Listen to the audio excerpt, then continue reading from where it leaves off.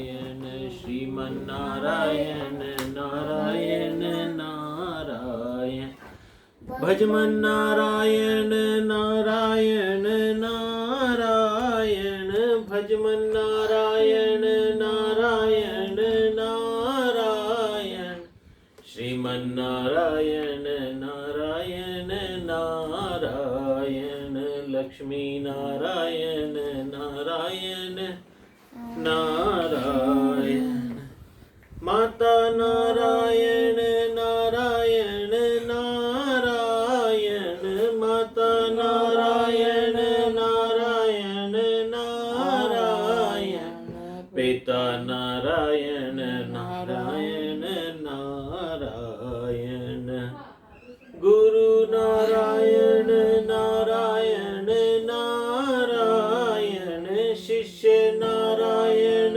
नारायण नारायण श्रीमन्नारायण नारायण नारायण जय जय नारायण नारायण नारायण। बोलिए नारायण भगवान की जय। तो हम कल देख रहे थे कि भगवान से हम संसार को मांगते हैं तो जब हम मांगने जाते हैं तो हम छोटे हो जाते हैं, हमारा कद छोटा हो जाता है। लेकिन भगवान तो बिना मांगे ही देते हैं। हमें क्या मांगना चाहिए, हमें ये भी आना चाहिए। हम भगवान के पास जाते हैं तो हम कोई ऑलरेडी हमें दे रहा है और हम उससे और डिमांड करते हैं तो हमारे बीच में प्रेम कम हो जाता है। कल देखा था ना ये हमने यही प्रसंग। एक बार क्या हुआ कि भगवान जी ना मंदिर में बैठे हुए थे और महाराष्ट्र में एक नामदेव जी उनके बड़े भक्त थे। वो रोजाना भगवान के दर्शन करने जाते थे। एक दिन नामदेव जी की तबीयत खराब हो गई। नामदेव जी जा नहीं पाए। अब भगवान जी के बगल में लक्ष्मी जी खड़ी हुई हैं। उन्होंने कहा भाई भगवान आज आपके चेहरे पे वो अलौकिकता नहीं आ पा रही है अभी तक। इतने भक्त आ रहे हैं लेकिन आपके दर्शन कल जैसे नहीं है, पहले जैसे नहीं है। आज कुछ तो भी बात है, आप बताइए क्या प्रॉब्लम है। भगवान बोले जी आज मैं थोड़ा सा ना व्यथित हूँ, थोड़ा सा दुखी हूँ। बोले ऐसा क्यों? बोले आज मेरा एक भक्त नहीं आया यहाँ पे, जो हर बार आता था, आज वो आ नहीं पा रहा है क्योंकि उसकी तबीयत खराब है। बोले इतने तो भक्त खड़े हुए हैं, पूरी लाइन लगी हुई है, हर आदमी इतने सारे गिफ्ट्स लेके आए हैं, प्रसाद लेके आए हैं, लोग बड़े बड़े टोकरे लेके आए हैं लड्डुओं के। इतने भक्त आए हुए हैं, आप एक भक्त के लिए इन सबको निराश कर रहे हो। तो भगवान बोले भाई बात ऐसी है, ये सब लोग जो आए हैं ना ये मेरे लिए नहीं आए हैं। इनके जीवन में कुछ ना कुछ समस्या है, इनको कुछ ना कुछ चाहिए, उसको मांगने के लिए मेरे पास आए हैं। भगवान से कुछ चाहिए, इसके लिए ये लोग लाइन लगा के यहाँ पे आए हुए हैं। मुझसे मिलने, मुझसे प्रेम करने वाला तो एक ही भक्त है, वो आज नहीं है। तो लक्ष्मी जी ने बोला कि भगवान तब तो आपने बेईमानी करी, आपने न्याय नहीं किया। भगवान ने बोला भी ऐसे क्यों न्याय नहीं किया? बोलते प्रेम कभी ये नहीं देखता है कि प्रेमी ही मिलना है, अगर वो नहीं आया तो आप चले जाओ। भाई प्रेम के अंदर उसका आना, मेरा आना इम्पोर्टेंट नहीं है, मिलना इम्पोर्टेंट है। अगर वो नहीं आ पा रहा है तो आप उसके घर चले जाओ। और ऐसा विलक्षण ये वृत्तांत है, ऐसी ये स्टोरी है कि भगवान फिर वहाँ से नामदेव जी से मिलने गए। होता क्या है कि हम भगवान से अपने सांसारिक सुखों की डिमांड रखते हैं। मेरा करियर तैयार हो जाए, मेरे को एक अच्छा परिवार मिल जाए, मेरे को एक अच्छी नौकरी मिल जाए, मेरे अंदर ये स्किल डेवलप हो जाए।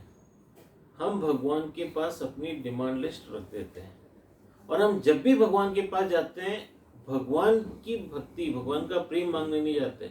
हम क्या मांगने जाते हैं? जो डिमांड लिस्ट हमने बना रखी है, भगवान उसको पूरा कर दें। तो हमारी जो आराधना है, हमारी जो इष्टता है, वो किसके लिए है? भगवान अपने जो चीजें हमें चाहिए, अपनी डिमांड्स के लिए हमारी संवेदना, हमारी श्रद्धा, हमारा विश्वास किसके लिए है? जो हमारी डिमांड्स हैं। और भगवान को हमने क्या बना दिया? उनको पूरा करने वाला साधन। अगर भगवान पूरा करे तो भगवान है, नहीं पूरा करे तो काय का भगवान है। आपने देखा होगा ना, कई जनों के जीवन में जैसा वो चाहते हैं वैसा नहीं होता, तो वो लोग क्या ब्लेम करते हैं? काय का भगवान है यार, ऐसे ही है। तो उनकी श्रद्धा चली जाती है। क्या कोई भगवान से भगवान को मांगने जाता है? भगवान मुझे कुछ नहीं चाहिए, मुझे तो बस आपका प्रेम चाहिए। भगवान ऐसे भक्तों का इंतजार करते हैं कि कोई आए जिसको संसार में कुछ नहीं चाहिए, सिर्फ वो मुझसे ही प्रेम करना है। होते हैं ऐसे भक्त? कम होते हैं, लेकिन बहुत कम होते हैं। ज्यादातर लोग तो क्या करते हैं? मुझे ये दे दो, मुझे वो दे दो, मुझे ये दे दो, पम दे दो, उसके अंदर भी थोड़े मसाले लगा के दे दो, मसाले, मुझे चीज़ पिज़्ज़ा दे दो, मुझे मोमोज दे दो, मुझे। भगवान अगर ये नहीं दिए तो फिर ये मम्मी पापा ठीक नहीं है, गलत घर में आ गया। तो आप पूछेंगे महाराज, हम भगवान से धन मांगते हैं तो इसमें क्या बुरा है? हम अगर अपने साधन मांगते हैं, अपनी सुविधाएं मांगते हैं, अपने इष्ट वस्तुएं मांगते हैं, तो इसमें क्या बुरा है? बहुत बुरा नहीं है, पर अच्छा भी नहीं है। इसमें कोई बहुत ज़्यादा बुराई भी नहीं है, लेकिन इसमें अच्छाई भी नहीं है। आपके घर में क्या है और क्या नहीं है भगवान जानते हैं। मांगने की जल्दी मत कीजिए, प्रभु आपको देंगे। प्रभु को देने में संकोच नहीं है। प्रभु अति उदार हैं, लक्ष्मी जी के पति हैं, पर मानवों की योग्यता का विचार करके परमात्मा विवेक बुद्धि से देते हैं। ऐसा नहीं है कि भगवान दे नहीं सकते। भगवान तो उदार हैं, सर्वशक्तिमान है, सब कुछ दे सकते हैं, सबको दे सकते हैं, लेकिन फिर भी वो योग्यता देख करके देते हैं। अभी आप बच्चे को दिया सलाई दे दोगे क्या? छोटे बच्चे को दिया सलाई, माचिस। अच्छा, छोटे बच्चे को आप ब्लेड दे दोगे क्या? वो खुद ही को काट लेगा। अगर उसके अंदर योग्यता नहीं है, उसमें समझ नहीं है, छोटे बच्चे को आप चाकू पकड़ा दोगे क्या? क्योंकि उसके अंदर समझ नहीं है, इसलिए आप उसको उसकी बुद्धि, उसकी योग्यता के अनुरूप देते हो। इसी तरीके से धन भी एक ऐसी ही शक्ति है जिससे आदमी अपने आप को नुकसान भी पहुंचा सकता है। अगर किसी को असमय धन मिल गया बहुत सारा, तो फिर वो क्या करेगा? ड्रग एडिक्ट बन जाएगा, वो धन का दुरुपयोग करेगा, ऊट पटांग बड़ी बड़ी गाड़ियां खरीद के एक्सीडेंट करेगा। तो ऐसा धन देने से भगवान बचते हैं। वो बोलते हैं कि अभी इसमें योग्यता नहीं है, इसको अभी ये शक्ति नहीं देनी चाहिए। अगर हमने इसके हाथ में ये शक्ति रख दी तो ये इसका दुरुपयोग कर सकता है, और लोग करते भी हैं। इसलिए भगवान व्यक्ति की बुद्धि और विवेक को परख करके देते हैं। जिस तरह माता संतान की विवेक से देती है, बालक कितना मांगता है यह न देखकर क्या और कितना कब देना योग्य होगा इसका विवेक रखकर देती है। घर में लड्डू बने हैं पर माँ बालक को नहीं देती है, क्योंकि बालक के पेट में अजीर्ण है। आज लड्डू खाने पर बुखार आ जाए तो माँ घर में जो कुछ बनाती है बालक के लिए बनाती है। बालक के खाने में माँ प्रसन्न होती है, पर आज वह बालक को लड्डू नहीं देगी। बालक मांगता है पर माँ सुनती नहीं है। बालक रोता है पर माँ उसे नहीं देती है। प्रेम के कारण नहीं देती है, बहुत प्रेम है इसलिए ही नहीं देती है। बालक दुखी न हो इसकी माँ को चिंता है। क्या बच्चों के लिए अच्छा नहीं है? बच्चे रोते भी हैं उसके लिए, लेकिन फिर भी माँ बाप उसको देते हैं। नहीं देते हैं। क्यों नहीं देते हैं? क्योंकि वो उनसे प्रेम करते हैं। बच्चों को समझ नहीं आता है कि चॉकलेट चॉकलेट चॉकलेट, लेकिन माँ बाप को समझ में आता है कि एक लिमिट के बाद चॉकलेट खाना बच्चों के लिए हानिकारक है। क्योंकि बच्चों को प्रेम करते हैं इसलिए वहाँ पे वो स्टॉप करते हैं। बच्चे दुखी भी होते हैं, परेशान भी होते हैं, माँ बाप पे गुस्सा भी करते हैं, फिर भी माँ बाप नहीं देते। इसी प्रकार से परमात्मा है। परमात्मा समझते हैं, सबकी जरूरत समझते हैं, लेकिन जो उनके लिए ठीक नहीं है, जो उनके लिए अच्छा नहीं है, भगवान नहीं देते हैं। मांगने पर भी नहीं देते हैं, रोने पर भी नहीं देते हैं, गुस्सा करने पर भी नहीं देते। परमात्मा का स्वभाव माता जैसा है। परमात्मा विवेक से देते हैं। प्रभु ने कम दिया हो तो मन को समझाइए, मैं योग्य नहीं हूँ। अगर आपको जीवन में कोई चीज कम मिली है तो आप अपने मन को क्या समझाना है कि अभी मैं इस योग्य नहीं हुआ हूँ, इससे मुझे कम दिया गया है, मुझे अधिक धन मिलेगा तो मेरा मन खराब होगा, इससे प्रभु ने मुझे कम धन दिया है। जिससे बहुत सुख मिलता है वह परमात्मा की भक्ति नहीं करता। 3 जने भगवान की भक्ति नहीं कर सकते। पॉलिटिशियन, जो राजनीतिज्ञ होते हैं, वो भगवान की भक्ति नहीं करते। नहीं कर सकते।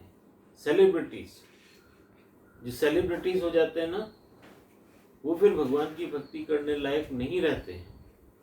क्यों? जो सेलिब्रिटीज होते हैं उनके कनेक्शन इतने स्ट्रॉन्ग संसार में हो जाते हैं, क्योंकि उनको इतने लोग बैठने ही नहीं देते। आपको मालूम है सेलिब्रिटीज स्ट्रीट वॉक नहीं कर सकते। एक्चुअली अगर देखा जाए तो सेलिब्रिटीज बिकम ए प्रिजनर्स। मालूम है आपको ये बात? सेलिब्रिटीज फ्रीली कहीं नहीं घूम सकते हैं। They have to stay in prison. वो एक घर से दूसरे घर में जाकर के घर में ही रह सकते हैं। It is not a very appreciable thing to become a celebrity. ये बहुत चाहने वाली चीज नहीं है। आपकी लाइफ बहुत रेस्ट्रिक्टेड हो जाती है। जब आप सेलिब्रिटी बन जाते हो ना, तो आपके ऊपर बहुत सारे रेस्ट्रिक्शन आ जाते हैं जो आपकी फ्रीडम को खत्म कर देते हैं। हमें लगता है अरे यार वो तो इतना बड़ा आदमी है, लेकिन इतना बड़ा आदमी उसकी लाइफ में झांक के देखो आप, वो कितना परेशान आदमी है, वो बता नहीं सकता किसी को। यहाँ पे जो सेलिब्रिटी आते हैं ना, हीरो हीरोइन, वो मुंह ढक के आते हैं, चेहरा छुपा के घूमते हैं वो लोग, किसी को पता नहीं लग जाए। तो celebrities can not have devotion, उनके लिए बहुत डिफिकल्ट है। राजनीतिज्ञों के लिए, और जिनके पास बहुत पैसा है वो भी भगवान की भक्ति नहीं कर सकते। वो क्यों नहीं कर सकते? क्यों? क्योंकि मनी इट्स ए पावर, और ये पावर आपको संसार से जोड़ के रखती है। हमें संसार से छूटना है तभी तो भगवान की भक्ति होगी। अगर संसार से जुड़कर रहेंगे तो हम भगवान की भक्ति नहीं कर सकते। तो निष्काम, अब यहाँ पे क्या बोलते हैं, जिसे बहुत सुख मिला है वह परमात्मा की भक्ति नहीं करता। और दूसरी बात ये भी होती है कि जब सुख बहुत आ जाता है ना, तो भगवान याद ही नहीं आते हैं। दुख में सुमिरन सब करे, सुख में करे न कोई। कबीरदास जी थे ना, उन्होंने एक दोहा लिखा था। क्या लिखा था? दुख में सुमिरन, जब दुख आता है ना तो भगवान याद आते हैं, हे भगवान मेरी मुसीबत हटा दो। दुख में सुमिरन सब करें, सुख में करे ना कोई। और जब सुख होता है ना, खूब पार्टी हो रही है, खूब मजा हो रहा है, तो किसी को उस समय भगवान याद नहीं आते हैं। कबीरदास जी क्या लिखते हैं? जो सुख में सुमिरन करे तो दुख काहे को हो। अभी अगर किसी ने, जब उनको सुख है उस समय निकल जाओ तुम, तो जब सुख है उसी समय अगर जब सुख है उसी समय अगर आपने भगवान को याद किया, सुख में आप भगवान का स्मरण करते हैं, तो फिर कबीरदास जी बोलते हैं फिर दुख आएगा क्यों? भगवान का विस्मरण, भगवान की विस्मृति, भगवान को भूल जाना ही दुख है। जब तक हम भगवान को स्मरण में रखेंगे हमें दुख छू भी नहीं सकता।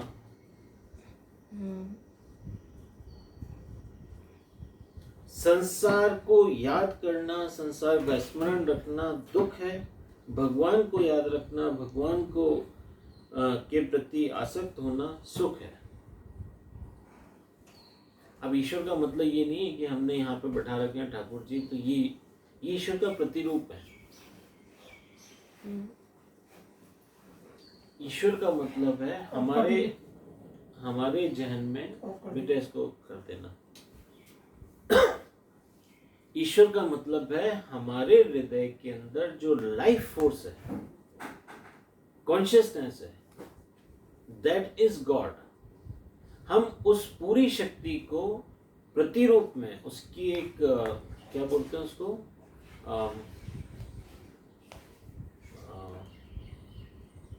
एक चिन्ह, उसका एक लोगो, वो हम मूर्ति के रूप में पूजते हैं। आप जब तिरंगे झंडे को सैल्यूट करते हो तो क्या झंडा कंट्री होता है क्या? नहीं। लेकिन वो कंट्री को रिप्रेजेंट करता है। इसी तरह से जो भगवान हम पूजा करते हैं ये हमारी उस लाइफ फोर्स को, हमारी उस कॉन्शियसनेस को रिप्रेजेंट करते हैं। तो भगवान का स्मरण करने का मतलब ये नहीं है कि हम एक पर्टिकुलर आकृति को, इसको भी स्मरण करेंगे तो इसके पीछे जो इनकी वास्तविक स्वरूप है, जो चैतन्य स्वरूप है, जो कॉन्शियसनेस है, जो जीवन लाइफ फोर्स है, वो हमें याद में आएगी। समझे आप? तो जब हम भगवान को स्मरण करेंगे, मतलब हमारे अंदर छुपी हुई उस कॉन्शियसनेस को, उस चैतन्य को, उस परमात्मा को याद करेंगे जो सारी सृष्टि का नियंत्रण करता है, जिसने पूरे ब्रह्मांड को कंट्रोल किया हुआ है। उस ब्रह्मांड नायक वेणुगोपाल स्वामी सहित श्री कृष्णा जगन्नाथ क्यों कहते हैं उनको? जगत बोलते हैं इस पूरे ब्रह्मांड को, जिसके अंदर जितनी भी गैलेक्सी हैं, जितनी भी मिल्की वेव्स हैं, वो सब आ जाते हैं। उनके नाथ जगन्नाथ बोलते हैं ना। हम आरती के बाद क्या बोलते हैं? जो लास्ट वाला पैरा है उसके अंदर करते हैं ना, ओम जय जगदीश हरे, स्वामी जय जगदीश हरे, भक्त जनों के संकट क्षण में दूर करे।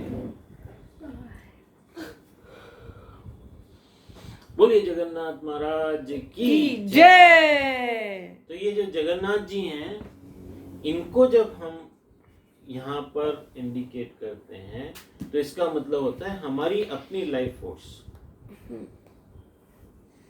हमारी जीवन शक्ति, यही ईश्वर है।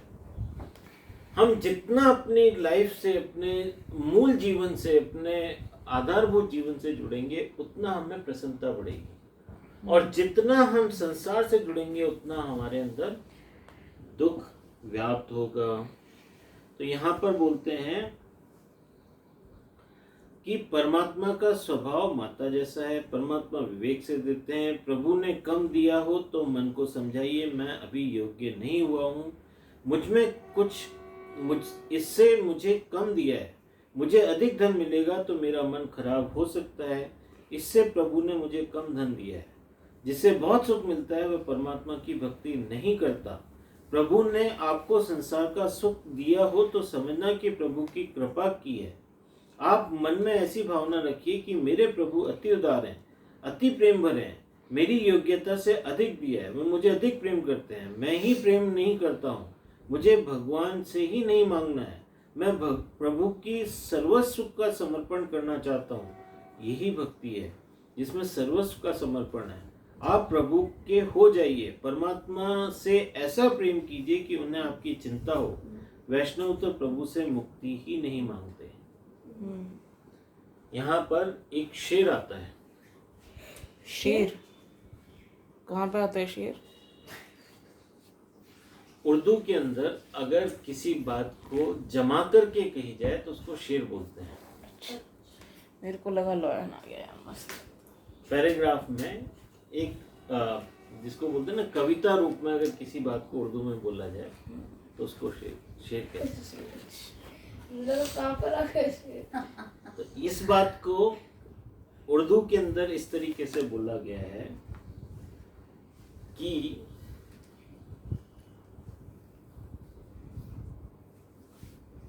खुदा तुझसे आके पूछे कि तेरी रजा क्या है।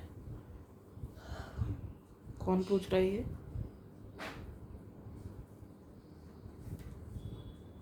कौन पूछ रहा है ये? खुदा तुझसे आके पूछे कि तेरी रजा क्या है। भगवान को आपके पास आना पड़े और आपसे पूछना पड़े कि भाई आप चाहते क्या हो।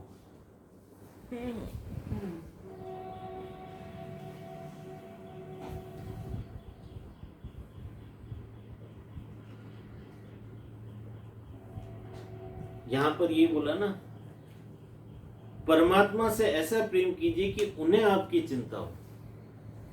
He should be worried about you, not you should be worried about भगवान ये दे दो, भगवान वो दे दो। भगवान को आप मांगो, उससे पहले भगवान को पता पड़े।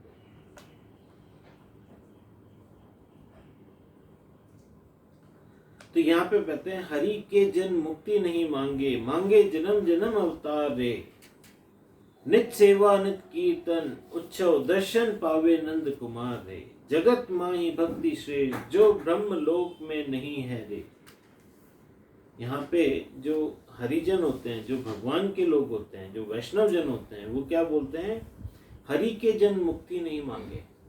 जो भगवान को प्रेम करते हैं ना, वो ये नहीं बोलते हैं कि अब मेरे को मुक्त कर दो। वो क्या मांगते हैं? मांगे जन जन अवतार रे। वो बोलते हैं भगवान हमें बार बार इस धरती पर जन्म दो, लेकिन किस तरीके का जन्म दो? नित्य सेवा नित्य कीर्तन उत्सव।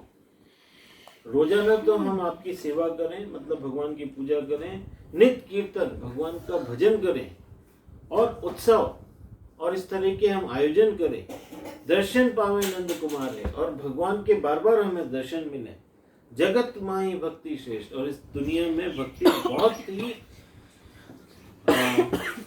उत्तम है, श्रेष्ठ है, जो ब्रह्मलोक में नहीं रहे।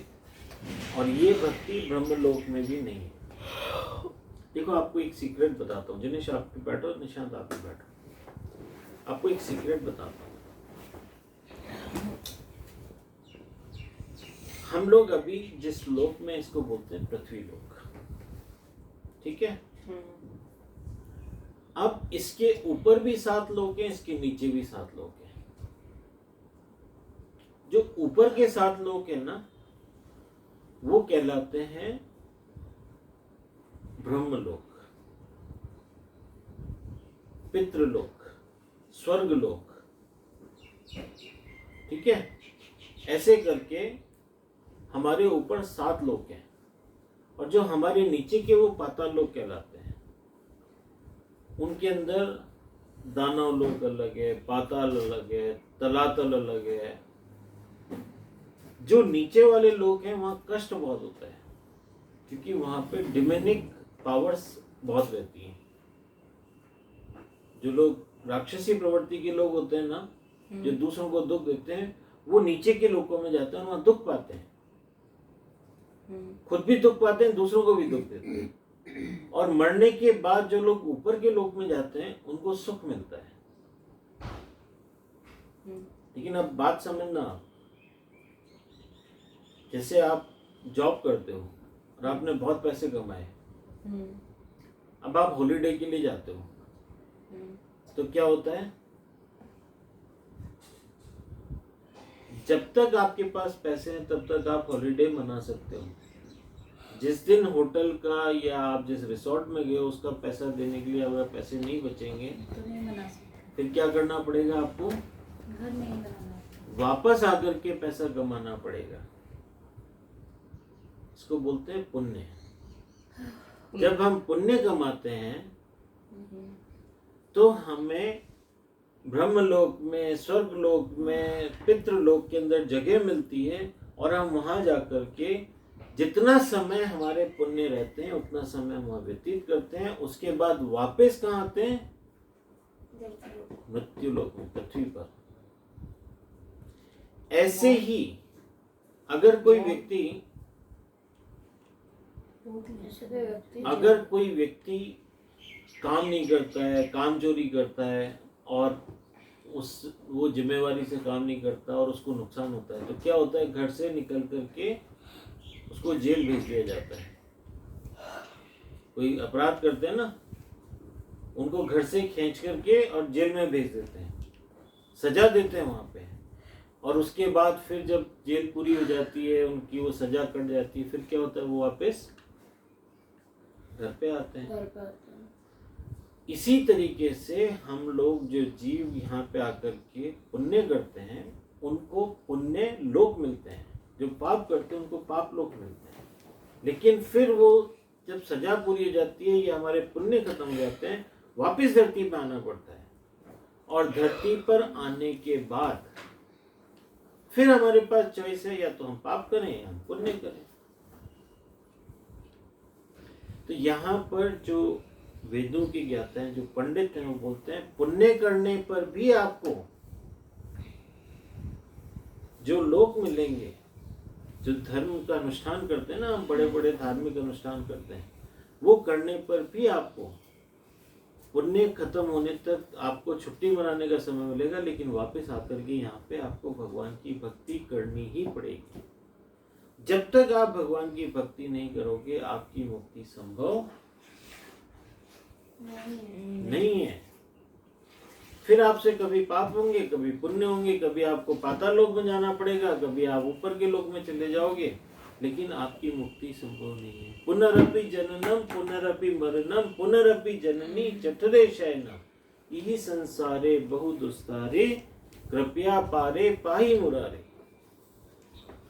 शंकराचार्य जी भगवान से प्रार्थना करते हैं, हे प्रभु बार बार इस दुनिया में आना, बार बार जन्म लेना, बार बार अपने माता के गर्भ में जाना, बड़ा दुखमय है ये संसार। कृपया पारे पाही मुरारे, हे प्रभु अब तो मुझे इससे बाहर निकालो। तब यहाँ पर आता है कि निष्काम भक्ति से ही व्यक्ति फिर वो ब्रह्मलोक में नहीं जाता है, फिर वो चला जाता है सीधे ईश्वर रूप हो जाता है, अपने स्वरूप को प्राप्त होता है, जीवन शक्ति बन जाता है, चैतन्य शक्ति बन जाता है। ऐसे व्यक्ति जो अपने जीवन में भगवान से प्रगाढ़ प्रेम करते हैं, ईश्वरीय ज्ञान को प्राप्त कर लेते हैं, एक बार ईश्वरीय ज्ञान हो जाने के बाद वो व्यक्ति का पुनर्जन्म नहीं होता, उसको किसी लोक में जाने की जरूरत नहीं। हम लोग कथा करेंगे तो भी हमारे पुण्य इकट्ठे होंगे, हम दान करेंगे तो भी हमारे पुण्य इकट्ठे होंगे, हम लोगों का भला करेंगे तो भी हमारे पुण्य इकट्ठे होंगे। लेकिन ये पुण्य हमें अधोगति मतलब ऊर्ध्वगति को तो ले जाएंगे, लेकिन ये मुक्ति नहीं देगा। मुक्ति तो आध्यात्मिक साधन से ही मिलेगी, परमात्मा से प्रेम करने से ही मिलेगी, प्रभु का ज्ञान अर्जित करने से ही मिलेगी। निष्काम भक्ति में जो आनंद है वैसा आनंद मुक्ति में भी नहीं है। वैष्णव प्रभु से मुक्ति भी नहीं मांगते, मुझे दर्शन दो ऐसा भी नहीं कहते। वैष्णव कहते हैं मैं तो इतना ही मांगता हूँ कि आपकी सेवा करते समय मैं तन्मय हो जाऊं। मांगने से प्रेम का भंग होता है, प्रेम कम हो जाता है। अब यहाँ पे बताते हैं कि जो भक्त लोग हैं वो मुक्ति की भी इच्छा छोड़ देते हैं, लेकिन जब भगवान देखते हैं कि ये मेरा इतना बड़ा भक्त हो गया है, मेरे से इतना प्रेम करता है, कुछ मांगता नहीं है, तो वो भगवान खुद ही क्योंकि उदार हैं मुक्ति तो दे ही देते हैं। वो तो फिर उनको लगता है मैंने बहुत कम दिया इस भक्त को, भगवान खुद से ही दे देते हैं। मांगने से प्रेम भंग होता है, प्रेम कम होता है। प्रभु से कुछ भी अनजान नहीं है। लड़का योग्य होता है तब पिता के समग्र संपत्ति उसे मिलती है, पर लड़का अयोग्य होता है तब पिता ही उसे 1 रुपया भी नहीं देता। अगर लड़का लायक होता है ना तो पिता की सारी संपत्ति लड़के को मिलती है, लेकिन लड़का अगर नालायक निकल जाए ना तो पिता अपने सामने ही वो सारी संपत्ति किसी संस्था के नाम, किसी और के नाम, क्योंकि उनको मालूम है लड़का बिगड़ा हुआ है, ये इसको और बिगाड़ देगा। तो ऐसा होता है। सुदाम देव की स्थिति दीन थी, घर में खाने के लिए कुछ भी नहीं था। सुदाम देव ज्ञानी थे, 6 शास्त्र और 4 वेदों का ज्ञान उन्हें था, पर उन्होंने संकल्प किया था कि ज्ञान का उपयोग धन प्राप्ति के लिए नहीं करूंगा, ज्ञान का फल धन नहीं है। उन्होंने निश्चय किया कि ज्ञान का उपयोग परमात्मा के ध्यान में करूंगा।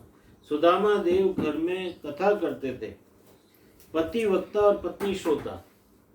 सुदामा जी घर में कथा करते थे और ऐसे ही परिवार के अंदर वो वक्ता थे और परिवार श्रोता। बाद में पत्नी के कहने से सुदामा देव द्वारिका गए। द्वारिका में प्रभु से सुदामा देव का सम्मान किया। प्रभु ने पूछा, मैं तो तुम्हारा संसार कैसा चल रहा है? क्या प्रभु को मालूम नहीं है कि उनका संसार कैसा चलता है? ब्राह्मण भूखा है, शरीर पर हड्डियां दिख रही हैं, फटी हुई धोती पहनी हुई है, और कृष्ण कभी कभी ऐसी भी लीला दिखाते हैं कि मैं निष्ठुर हूँ, मुझे किसी की परवाह नहीं है। भगवान ने पूछा, तब सुदामा देव ने मन बिगाड़ा नहीं, जीभ भी नहीं बिगाड़ी। उन्होंने कहा, बहुत आनंद है, मैं तो आपके दर्शन के लिए आया। सुदामा जी ने कुछ मांगा नहीं, वो मालूम था मेरे जो मित्र हैं वो राजा हैं, फिर भी उन्होंने कुछ नहीं मांगा। और भगवान को क्या पता नहीं पड़ रहा उनकी हालत देख करके कि ये फटे हाल आए हैं, तो इनके पास कुछ भी नहीं है। सुदामा देव ने सोचा कि अपने दुख की बात कहकर मुझे अपने प्रभु को त्रस्त नहीं करना है।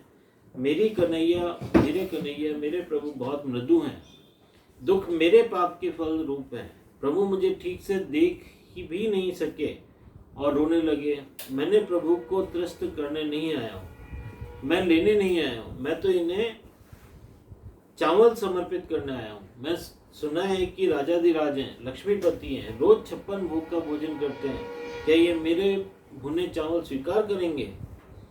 भक्ति में समर्पण की भावना होती है। जहाँ कुछ लेने की इच्छा है वहाँ भक्ति नहीं है, मोह है। जब भक्ति होती है ना तो वहाँ पे सिर्फ देने की इच्छा होनी चाहिए, लेने की इच्छा नहीं होनी चाहिए। मैं क्या दे सकता हूँ?